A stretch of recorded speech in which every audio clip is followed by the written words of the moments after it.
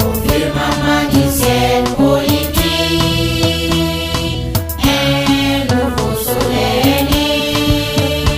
Soleil qui... Je suis très heureux de m'adresser à vous ce soir à l'occasion de cette rencontre de la coordination de New York. Je voudrais tout d'abord saluer nos aînés qui sont là, saluer tous les imams, les leaders religieux, les leaders communautaires ici présents. Je voudrais aussi saluer tout particulièrement tous les partis politiques ici présents, qui nous font l'honneur d'être présents à cette rencontre de l'URD. Je voudrais saluer les militants venus des États voisins, vous qui venez de Washington, de Baltimore, de Philadelphie, de l'Ohio. Saluez vous tous qui êtes là aujourd'hui dans cette salle. Saluez particulièrement le bureau de la coordination qui, pendant 5 ans, a travaillé de façon inlassable. Je voudrais vous saluer très sincèrement, vous féliciter pour le travail abattu pendant ces 5 dernières années. Vous remercier pour ce que vous avez fait pour l'URD. Vous avez fait grandir l'URD aux États-Unis. Vous vous êtes battus chaque jour.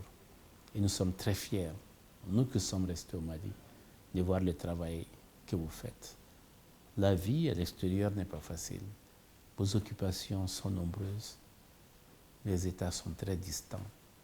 Malgré cela, vous avez su réunir et constituer une famille. Je tiens vraiment à vous remercier et à vous féliciter. Vous êtes bien sûr pressé de savoir qu'est-ce qui se passe aujourd'hui au Mali. Bien sûr, l'actualité, ce sont les élections communales. Nous en sortons petit à petit. La phase contentieuse est en train de se mettre en place. Mais auparavant, l'URD a pris des dispositions. J'ai été moi-même voir le Premier ministre. Je lui ai montré les dysfonctionnements. Des communes où vous avez 2 spécimens différents. Un deuxième spécimen uniquement pour favoriser les partis au pouvoir, qui dans le premier spécimen est au milieu, et dans le deuxième spécimen, comme par hasard, se trouve en première position. Et comme par hasard, le bulletin qui est servi le jour du vote, c'est le bulletin du deuxième spécimen où les RPM se retrouvent devant. Je l'ai montré au Premier ministre en lui disant c'est déjà le début de la tricherie. Je lui ai montré des bulletins prévotés, tirés dans une imprimerie de la place, qui appartient à un baron du RPM. Il a vu, il s'est étonné, mais j'attends encore sa réaction. Il m'a promis de réagir, il n'a toujours pas réagi. Dans l'intérieur du pays, on a eu ce genre de phénomène. Des erreurs, bien sûr, sur les spécimens. Des communes qui n'ont jamais vu de spécimens, qui ont découvert leur bulletin le jour du vote. J'ai même eu quelque chose de bizarre, où dans une commune, le préfet est venu avec des ciseaux pour découper le bulletin, pour enlever la partie URD, pour laisser juste une seule liste pour le vote. Je crois que cela est inédit et peut-être unique dans le monde entier. Les élections communales, malgré cela, l'URD a fait de très bons résultats.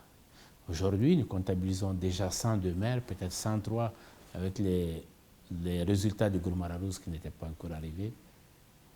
Nous avons 1739 conseillers aujourd'hui, peut-être un peu plus dans quelques heures, et nous nous classons globalement à la 2e position après le RPM. Mais nous savons tous comment le RPM, qui est le parti au pouvoir, a gagné ces élections, entre guillemets. Les achats de conscience, nous avons vu à Bamako de l'argent distribué, et beaucoup d'argent distribué. Ceci n'a pas empêché nos militants et nos sympathisants de voter pour nous. Vous avez entendu parler des contentieux à Bamako. Mais avant les contentieux à Bamako, j'ai le plaisir de vous dire que nous avons remporté plusieurs grandes villes. Nous avons remporté Kati, nous avons remporté Koulikoro contre le président de l'Assemblée et le Premier ministre. Nous avons remporté Kita. Nous avons remporté, bien sûr, la commune 6 de Bamako et d'autres villes secondaires comme Tenenkou, comme Niafunke, comme Yorosso, comme Yanfoulida, etc., etc. Ça veut dire donc que votre parti, de ce côté-là, se porte très bien. Quand on revient à Bamako, sur les 6 communes, La commune 6 est remportée par l'URD, il n'y a aucune discussion possible. La commune 5 est remportée par le RPM, nous acceptons. La commune 4 par le Yéléman. La commune 3 par l'ADEMA. Par contre, la commune 2 et la commune 1, il y avait beaucoup de problèmes. J'ai écrit moi-même au président de la CENI pour lui demander de recompter les voix, ce qu'il a volontiers accepté. La commune 1, on se retrouve à égalité avec le RPM, 13 conseillers partout. La Cour va nous départager pour savoir qui a le plus de voix pour mériter d'être maire. La commune 2, alors là, c'est la fraude organisée. Quand nous avons recompté, au lieu de 9127 voix octroyées par le gouverneur du district, nous revenons à 7045 voix, 7845 voix, soit une différence de 1282 voix, ce qui va faire perdre au RPM entre 3 et 4 conseillers. C'est surtout pour nous la preuve du tripatouillage. C'est la preuve du vol organisé dans ce pays-là, et la commune 2 est l'exemple type, et vous comprenez pourquoi les jeunes de la commune 2 avaient alors manifesté violemment. Il y a eu d'autres manifestations. Il y a eu des manifestations à Tombouctou, il y a eu des manifestations à Gao, parce que le vol et la tricherie, malheureusement, est devenu une sorte de marque de fabrique de ce régime, et s'est étalé sur l'ensemble de notre pays. J'étais au nord du Mali. J'étais au nord du Mali, et au nord, la situation est extrêmement difficile. Beaucoup de communes n'ont pas pu voter. Quand je prends Gundam, il n'y a que 2 communes qui ont voté sur les 16. Niafunké, 5 sur les 8. Nous ne parlons pas de Tombouctou, de Gao, de Ténenkou, où il n'y a que 2 communes qui ont voté sur 10. À Douanza, beaucoup de communes n'ont pas voté. Inutile de vous dire qu'il n'y a eu aucun vote à Kidal, à le cercle de Kidal, ni à Tabdeni, ni à Menaka. Donc ça veut dire que ça a été très très chaotique, ce vote-là, pour donner les résultats que vous savez. Ceci dit, malgré tout cela, malgré les tricheries, malgré les distributions d'argent, malgré la partialité de l'administration, l'URD s'en sort très très bien avec les résultats que je viens de vous donner. Le nord du Mali est dans l'insécurité. Le banditisme est permanent. Les groupes armés font la loi et l'administration est absente. Beaucoup d'écoles sont fermées, beaucoup de dispensaires sont fermés, les routes ne sont plus entretenues, et ces derniers temps, c'est l'assassinat des hommes politiques qui malheureusement fait légion. On en a connu vers Nara, on a connu à Douanza, et notre propre député Amadou Maïga de Douanza a échappé de très peu à la mort, sans compter notre député de Rarousse, Bokar Maïga.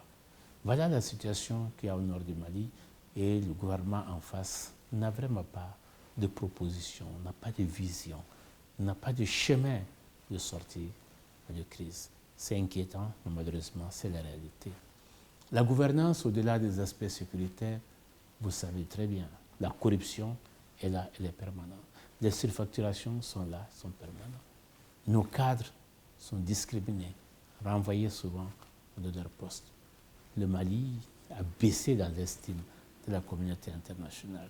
Nous exportons notre insécurité au Burkina, nous l'exportons en Côte d'Ivoire, nous l'exportons au Niger. Toutes choses qui interpellent la gouvernance de notre pays. Mais que fait l'opposition? Bien sûr que nous nous battons, bien sûr que nous dénonçons. Nous avons fait 2 grandes marches, nous avons fait de grands meetings, mais surtout nous avons fait des propositions. Et dans les propositions, nous avons demandé au gouvernement d'accepter tout simplement qu'il y ait des concertations nationales dans ce pays, qu'on s'assoie tous, qu'on discute, l'opposition, la majorité, la société civile, même les groupes armés avec nos partenaires, qu'on réfléchisse ensemble sur un chemin de sortie de crise. Avoir un accord signé ne règle pas tout, sinon ce serait déjà réglé. Il n'y a jamais eu autant d'insécurité au Mali que depuis que les accords sont signés. Donc revisitons les choses, révisitons les accords, regardons ce qui ne marche pas et ensemble trouvons un chemin de sortie de crise. Mais le gouvernement reste sourd à nos appels, ne nous considère pas et malheureusement n'a pas non plus de solution. Je pourrais parler pendant très longtemps et vous empêcher de continuer vos travaux, mais je voudrais juste finir en parlant du rôle de la diaspora, un rôle qu'il faut saluer. Vous apportez beaucoup de soulagement dans les villages. Vous apportez beaucoup de soulagement, même au budget national, aux finances de notre pays, parce que les montants que transfère la diaspora est supérieur à l'aide publique au développement. J'étais très bien placé pour le savoir. Je voudrais donc vous féliciter, vous encourager, vous dire de continuer à penser à notre pays, de continuer à être les ambassadeurs, chacun là où il est, ambassadeur du Mali, pour que le Mali revive, pour que le Mali soit reconsidéré, pour que les gens s'intéressent encore au Mali, qu'ils aient envie d'investir au Mali, que le Mali continue à plaire comme il a plu pendant très très longtemps aux gens. Parce que nous avons une culture millénaire, nous avons une histoire millénaire qui font l'attrait du Mali. Et cet attrait ne doit pas disparaître. Parce que cette guerre, cette insécurité finira un jour. L'alternance viendra.